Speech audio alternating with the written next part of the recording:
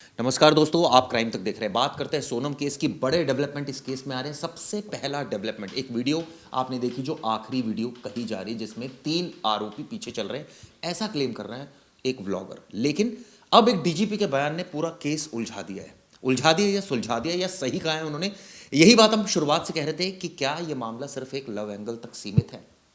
बनर्जी भाई, ये जो बयान आया है किस सेंस में देखना चाहिए इसको? देखिए, बेसिकली पुलिस जब कोई भी इस तरह के कॉम्प्लिकेटेड मामले की जांच करती है तो वो सारे एंगल एक्सप्लोर करती है। शुरू में इस मामले की जब तफ्तीश हुई तो यही लगा कि ये लव ट्रायंगल का मामला है, क्योंकि 2 लड़के थे, एक लड़की थी, और ऐसा लग रहा था कि शायद घर वालों के दबाव में लड़की ने राजा रघुवंशी से शादी कर ली और राज कुशवाहा के साथ उसका अफेयर था। लेकिन सवाल ये भी है कि अगर घर वालों के दबाव में शादी कर ली तो ऐसी राजा से ऐसी भयानक क्या दुश्मनी थी कि 3-3 4-4 कोशिश करने के बाद उस लड़के की इन्होंने हत्या की, और जैसी जगह पर ले जाकर हत्या की वहां पर जाकर कातिल भी थक गए थे। उतनी तकरीबन 3000 सीढ़ियां चढ़कर कातिल भी थक गए थे और वो हत्या करने की हालत में नहीं थे। सच तो ये है, लेकिन बताते हैं कि सोनम ने उनको इंस्टिगेट किया, उकसाया कि नहीं मारो, हिट हिम। तो पुलिस ये समझ नहीं पा रही है कि ऐसी भयानक दुश्मनी राजा रघुवंशी से सोनम रघुवंशी की क्या थी। कहीं ऐसा तो नहीं कि इसके पीछे कोई और डीप रूटेड कॉन्स्पिरेसी हो और कोई गहरी बात हो जो लव ट्रायंगल से भी अलग हो। कहीं प्रॉपर्टी पर नज़र हो, कहीं ऐसा लगे कि शादी के बाद अगर पति गायब हो गया, मर गया, क्योंकि मर्डर करेंगे तो दुनिया को तो मर्डर नहीं बताएंगे, दुनिया को तो बताएंगे कि मेरे साथ हादसा हुआ, मेरे पति की हत्या हो गई। तो कहीं ऐसा तो नहीं कि प्रॉपर्टी का कुछ हिस्सा भी मिल जाएगा। अगर शादी से इतनी ही तकलीफ थी तो शादी नहीं करनी थी। तो ये सारे सवाल जो है हमारे आपके मन में भी हैं। हम भी इस बात पर बहुत शॉक्ड हैं, बल्कि आप सारे लोग भी शॉक्ड होंगे, हैरान होंगे कि कोई लड़की अपने नए नए नए नवेले पति जिससे उसकी कोई दुश्मनी नहीं, लड़का बेचारा इतना इनोसेंट कि उसे जो जो बोल रही है ये वो लड़का वो कह रहा है, कर रहा है। बोल रही है कि जेवर महंगे पहन के चले आओ, महंग पहन के चला आ रहा है। फिर वो बोल रही है कि मैंने टिकट बुक करा लिया है, हनीमून पर चलो, वो बोलता है ठीक है चलो। जबकि घर वालों ने पाबंदी लगा रखी थी, चूंकि इनका ग्रह दोष कुछ ऐसा था, इनसे कहा गया था कि तकरीबन 1 महीने शादी के बाद आप दोनों को बाहर नहीं निकलना है। तो इसके बावजूद ये शहर छोड़कर बाहर जाने के लिए लड़का तैयार हो गया, और एक तरह से अपने घर वालों के खिलाफ जाकर, मतलब खिलाफ मतलब लड़कर नहीं, प्यार पूर्वक ही अपने पेरेंट्स को इसने समझाया कि मम्मी टिकट उसने बुक करा लिया है, मैं जाना चाहता हूँ।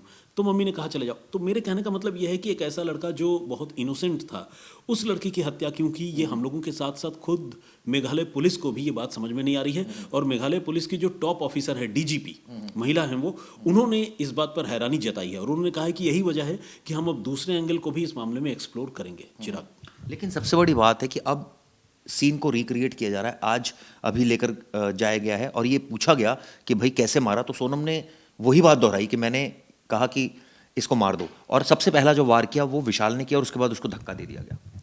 बिल्कुल। देखिए, घटनाक्रम में जो पूछताछ से, शुरुआती पूछताछ से जो बातें सामने आई है वो बातें अब पलटने वाली नहीं है, क्योंकि ऐसा नहीं है कि वो कोई गढ़ी हुई कहानी हो या कॉन्कॉक्टेड स्टोरी हो, ऐसा नहीं है। इतने सारे एविडेंस है ना, जो एविडेंस ये चीख चीख कर इशारा कर रहे हैं, बता रहे हैं कि इस घटना में सोनम और वो तीनों लड़के और राज कुशवाहा शामिल है।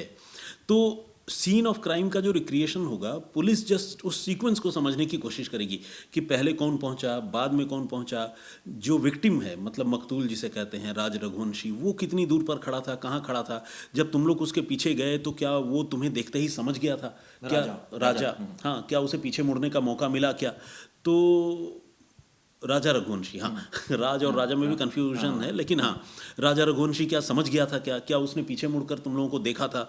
और क्या सोनम से आखिरी वक्त पर उसकी कोई बातचीत हुई? उसने पूछा होगा सोनम से कि ये क्या हो रहा है? तो ये सारी चीज़ें पुलिस माइन्यूट डिटेल समझने की कोशिश कर रही है। साथ ही पुलिस ये भी समझने की कोशिश कर रही है कि ग्रॉज में, यानी खाई में, जिस जगह पर राजा रघुवंशी की लाश पड़ी हुई थी, उस जगह पर लाश फेंकने के लिए कितनी ताकत चाहिए, कितने लोगों को वहां से उस डेड बॉडी को उठाकर फेंकना होगा। क्योंकि जैसा कि हम लोग पहले भी जिक्र कर चुके हैं और क्राइम तक के दर्शक देख भी चुके हैं, वहां रेलिंग बनी हुई है और वो रेलिंग काफ़ी ऊंची है। मतलब उस रेलिंग के ऊपर से अगर कोई चीज़, आपको भारी चीज़ अगर नीचे ड्रॉप करना है, फेंकना है, तो उसको उठाना पड़ेगा। उसमें 3-4 लोगों की दरकार होगी। तो क्या पर्सनली इसने भी कुछ हाथ पैर होल्ड किया था क्या बॉडी का? ये भी पुलिस जो है उसकी भी तस्दीक कर रही है। तो सीन ऑफ क्राइम का रिक्रिएशन एक बहुत इंटीग्रल पार्ट ऑफ तो मर्डर अभी इन्वेस्टिगेशन। हाँ, ये भी जांच में बात सामने है कि राजा के मोबाइल फोन नहीं मिले, वो भी खाई में फेंके गए थे। ये एक बड़ा अपडेट था इस मामले में। बिल्कुल, देखिए सबूत मिटाने की कोशिश तो शुरू से होती रही है और सबूत मिटाने के इरादे से ही मेघालय का ये सुदूरवर्ती इलाका चुना गया, जहाँ पर उन लोगों ने सोचा कि ये एक ऐसी जगह है जहाँ कोई सीसीटीवी कैमरा नहीं है, मर्डर करेंगे किसी को पता नहीं चलेगा। सच्चाई तो ये है कि जहाँ कत्ल हुआ वहाँ वाकई कोई सीसीटीवी कैमरा नहीं है और वहाँ कत्ल होने के या एग्जैक्टली उस लोकेशन पर पहुँचने के कोई एविडेंस या फुटेज कैमरे पे नहीं है। मतलब एविडेंस तो है लेकिन फुटेज कैमरे पे नहीं है। लेकिन इसके अलावा भी बहुत सारी ऐसी चीज़ें हैं जो इशारा कर रही हैं कि उस जगह पर वो घटना लेकिन हुई है। डीजीपी का जो बयान जिसमें कहा कि लव ट्रायंगल तक सीमित नहीं है, जांच कई पहलू पर इन्वेस्टिगेशन हो रही है, ये इस बात को बल दे रहा है कि प्रॉपर्टी एंगल, जैसे आपने शुरुआत में कहा कि ये एक रीजन हो सकता है कि भाई प्रॉपर्टी हथियानाबाद में, और क्योंकि वो लीगल हायर हो ही जाए। और भी एंगल है, प्रॉपर्टी एंगल के अलावा और भी एंगल है। दूसरा एंगल ये है कि कोई तंत्र मंत्र का चक्कर तो नहीं, जो क्योंकि फैमिली ने भी बोला है। हाँ बिल्कुल, ये जो पीड़ित परिवार है राजा रघुवंशी का, उन्होंने कहा है कि वो पूरा परिवार जो है तंत्र मंत्र पर यकीन करता था। एक और उन्होंने खुलासा किया है कि जब सोनम शादी होकर इनके घर आई, मतलब अपने ससुराल आई, तो वो एक छोटी सी पोटली लेकर आई कहीं से, और उस पोटली को उन्होंने घर के सामने वाली दरवाजे पर टांग दिया और कहा कि इस पोटली को टांग देने से घर जो है उसमें सुख शांति रहेगी, किसी की नज़र नहीं लगेगी। तो ये भी एक तरह का टोटका है, तंत्र मंत्र का हिस्सा है। लेकिन वो उस पोटली में क्या था और सोनम के मन में क्या था, ये ससुराल वाले नहीं समझ पाए। सोनम ने तो तैयारी पहले ही कर ली थी कि मार दूंगी, तो कहीं ऐसा तो नहीं कि अपने उस मार दूंगी वाले कमिटमेंट को ही आखिरी अंजाम तक पहुंचाने के लिए कोई काले जादू या तंत्र मंत्र की कोई पोटली टांगी हो। लेकिन सबसे बड़ी सवाल जो है बैनर्जी साहब, अगर आपने प्लान भी कर लिया था मतलब सोनम ने मारने का, तो ऐसे में फाइनेंसिस की जरूरत थी, और परिवार ने कहा, यानी राजा की माँ का कहना है कि 20 लाख रुपए इसके अकाउंट में थे उस समय, तो क्या उसका इस्तेमाल किया जा रहा था? 50,000 जो दिए गए राज को, और उसके बाद आगे जिस तरह से ये छिपी थी, विशाल ने जो रेंट पर इसको 3 महीने के लिए घर दिलवाया था, तो क्या आगे इन पैसों का इस्तेमाल किया जाना था? बिल्कुल, देखिए पैसों का इस्तेमाल तो किया ही जाना था। अगर मान लीजिए नहीं पकड़े जाते तो जाहिर सी बात है फिर पैसों पर ऐश मौज ही चलता और क्या। और बाकी तकरीबन 59,000 रुपये जो है खर्चा पानी के तौर पर दिया गया था। और जैसा कि आप जानते हैं, ये इन कातिलों ने राज कुशवाहा से तथाकथित दोस्ती निभाई थी, कोई कैश वाली डीलिंग सुपारी में नहीं हुई, तो फिर भी इन्होंने हत्या कर दी। नेपाल जाने का एक पूरा, मैं देख रहा था कल एक सीक्वेंस आया था, कितनी सच्चाई थी इसमें? देखिए वो इनका प्लान तो था, पूछताछ में भी बिल्कुल नहीं नहीं, पूछताछ में भी इस बात का खुलासा हुआ है। प्लानिंग इनकी यही थी कि सूनर और लेटर ये नेपाल भागेंगे, कुछ दिनों तक कम से कम वहाँ सेटल हो जाएंगे या छिप जाएंगे अगर पकड़े जाएं तो। और शायद इसी इरादे से ये जो लड़की है ये गाजीपुर नहीं बल्कि गोरखपुर जाना चाहती थी, लेकिन शायद ये गलत बस में बोर्ड कर गई और उस वजह से ये गाजीपुर उतर गई। गोरखपुर के पास से नेपाल का बॉर्डर बिल्कुल पास में, आपको पता है सोनोली बॉर्डर है, वहाँ से लोग क्रॉस कर जाते हैं पैदल ही, और इमिग्रेशन चेक वेक होता है लेकिन कोई बहुत सीरियसली नहीं होता। मैं वहाँ पर गया हूँ, लोग आते जाते रहते हैं, विदाउट इमिग्रेशन भी लोग निकल जाते हैं।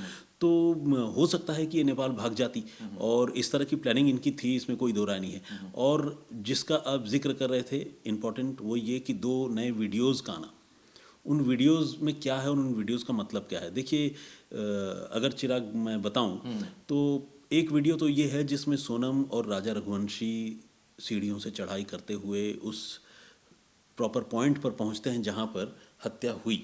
तो उस वीडियो को रैंडमली एक यूट्यूबर देव सिंह ने शूट किया और उस वीडियो में ये दोनों कैद हो गए। तो देव सिंह ने जब बाद में नोटिस किया कि अरे ये तो वही केस लग रहा है और मैं भी 23 को वहाँ था, अपने कैमरे के फुटेज उसने चेक किए तो उसने देखा कि उसके कैमरे में ये दोनों कैद हुए हैं। तो फिर देव सिंह ने इस वीडियो को एजेंसी से भी शेयर किया और ख़ुद अपने इंस्टाग्राम आईडी पर भी उन्होंने शेयर की।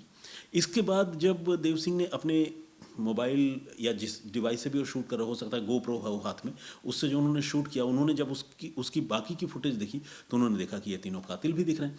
तीनों कातिलों के देखे जाने में एक बहुत गहरी बात है जिस पर ध्यान देना बहुत ज़रूरी है। पहला कातिल जो है वो चढ़ता चला जा रहा है, उसके पीछे दूसरा, फिर तीसरा, कैमरे से लोग शूट करते जा रहे हैं। वहाँ अकेले देव सिंह नहीं थे, और भी यूट्यूबर थे जिनके हाथों में कैमरे हैं, वो दिख रहा है। तो ये लड़के जो है, चूंकि इनके मन में चोर है, इनको ऊपर जाकर कत्ल करना है, तो ये जो है अपना चेहरा छुपाने की कोशिश कर रहे थे। तो पहला कातिल जो है वो चढ़ते चढ़ते जब उसका सर ऊपर होता है तो वो नोटिस करता है कि सामने कैमरा है, लेकिन अब उसके पास बचने की कोई गुंजाइश नहीं है। अगर वो ऐसे हाथ लगाए या ऐसे करे तो लोग समझ जाएंगे कि भैया ये अपना चेहरा छुपा रहा है, इंटेंशनली कर रहा है, तो वो तो निकल जाता है। लेकिन उसके बाद जो दूसरा लड़का है वो बिल्कुल कैमरे के सामने नहीं आता, वो छिप जाता है ओट में, पहले वाले कातिल के ओट में, और दूसरा जो लड़का है वो उसी ओट में आगे निकल जाता है।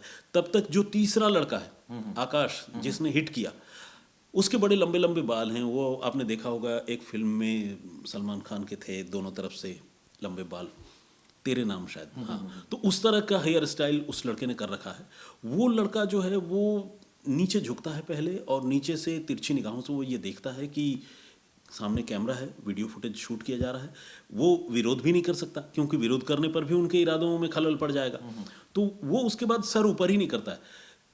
कम से कम 10 से 12 स्टेप, सीढ़ियां और कदम, वो सर नीचे झुकाकर चलता है चिराग, और पूरी तरह नीचे झुकाकर, मतलब यानी उसके बाल भी जानबूझकर। लंबे हैं बिल्कुल। और क्या, अदरवाइज आदमी ऊपर तो देखता ही है, एक सीढ़ी के बाद ही आदमी ऊपर देखता है कि कहीं ऐसा तो नहीं कि गलत जगह पैर पड़ जाए या कुछ हो जाए। आदमी को बैलेंस भी बनाना होता है, लेकिन बंदा लगातार कम से कम 10-12 कदम नीचे देखकर चलता है। इससे ये पता चलता है कि ये लोग पहले से ही इनके, मतलब देखिए ये तो इन्वेस्टिगेशन में प्रूव हो चुका है, लेकिन उसका ये एविडेंस है कि पहले से ही ये किस तरह से तैयारी करके चल रहे थे। इनकी कोशिश थी कि कम से कम विजिबल रहें, न तो सीसीटीवी कैमरे में, ना किसी के मोबाइल कैमरे में, ना यूट्यूब कैमरे में, कहीं पर भी पकड़े ना जाए। यह इनका इरादा था चिराग। अब आगे क्या, क्योंकि अब आज रिक्रिएशन हो रहा है, रिमांड खत्म होने वाला है आने वाले कुछ दिनों में, तो अब आगे किस तरह की इन्वेस्टिगेशन रहेगी? जो डीजीपी ने बयान दिया है, क्या माना जाए एक और कोई और गिरफ्तारी होगी, कोई और मोटिव निकल कर आएगा? कोई और नहीं, मतलब हो सकता है ज़्यादा भी गिरफ्तारी हो। ये बात तो खैर जो ईस्ट खासी डिस्ट्रिक्ट के एसपी हैं विवेक सिंह, उन्होंने भी कहा है कि ज़रूरत पड़ने पर कुछ और लोगों की गिरफ्तारी होगी।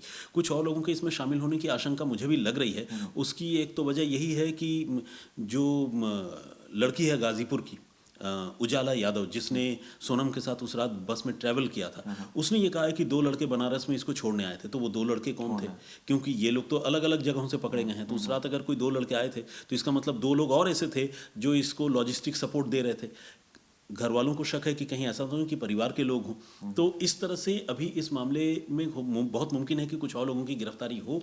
और आपने एक इम्पॉर्टेंट बात रेस की, परिवार के लोग, और यही बात राजा की फैमिली शुरुआत में कह रही थी कि परिवार की इन्वेस्टिगेशन होनी चाहिए, मदर की इन्वेस्टिगेशन होनी चाहिए, उनके मोबाइल फ़ोन खंगालने चाहिए, उनके फादर के मोबाइल फ़ोन खंगालने चाहिए कि कहीं ऐसा तो नहीं कि घटना के बाद से लोग टच में थे किसी न किसी सेंस में। नहीं, घटना के बाद से या हो सकता है घटना के पहले भी, तो जब तक सारे मामलों को वेरीफाई कर न लिया जाए, न तो किसी को क्लीन चिट दिया जा सकता और न किसी को दोषी कहा जा सकता है।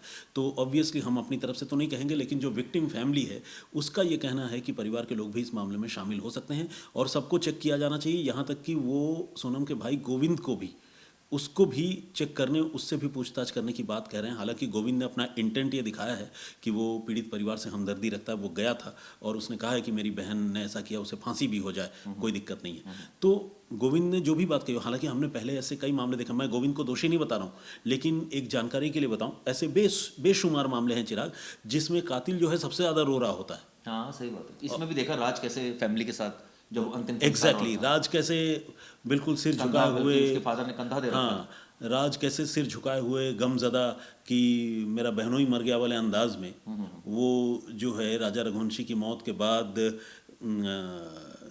देवी सिंह राजवंशी जो सोनम के पिता है, उसके साथ वो नज़र आ रहा था। तो ड्रामा तो क्राइम में होता है, लोग करते हैं। अब देखना यह है कि ये गोविंद भी तो ड्रामा नहीं कर रहा था। मैं ये नहीं कह रहा हूँ ठीक कि है, गोविंद है, लेकिन तो आज वारदात इसी पर है। आज इस पर है वारदात, इस पर भी हम खबर दिखाएंगे अपने दर्शकों को। और इसके अलावा 2 सोशल मीडिया इन्फ्लुएंसर की पंजाब और हरियाणा में हत्या हुई है, और वो मामले काफ़ी मिस्टीरियस हैं, हम वो भी अपने दर्शकों चलिए देखते हैं इस मामले में आगे क्या खुलासा होगा। ज़रूर देखिएगा आप हमारा जो शो है वारदात, और साथ साथ जो ये वीडियो है ये आपको कैसे लगी ज़रूर बताइएगा। शुक्रिया।